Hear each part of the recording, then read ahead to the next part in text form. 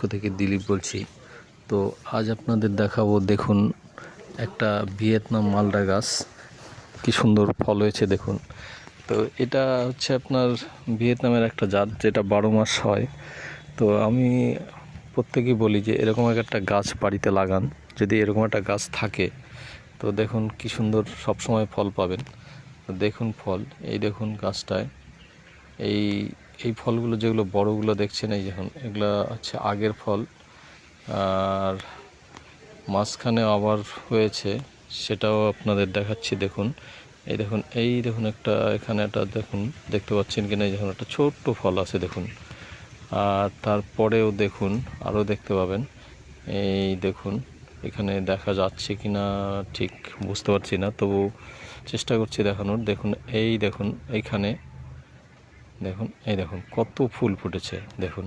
এটা কিন্তু ডাল সিজনের ফুল, আর এই যে ফল, বড় ফল দেখছেন, এগুলো সিজনের। তারপরে এই দেখুন আরও মুকুল আছে।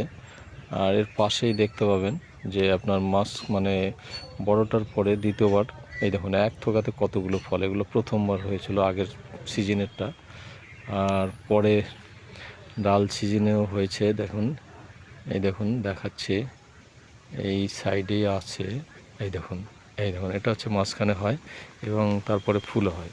তো তাই আপনাদের আমি সবাইকে বলি যে এরকম গাছ প্রত্যেকে এক একটা বাড়িতে লাগান। লাগালে পরে কি হবে জানেন, সবসময় আপনারা ফল পাবেন এবং বাড়িতে এরকম গাছ থাকলে দেখতেও ভালো লাগবে। নমস্কার বন্ধুরা, আমার এই ভিডিওটা শেয়ার করবেন এবং সাবস্ক্রাইব করবেন।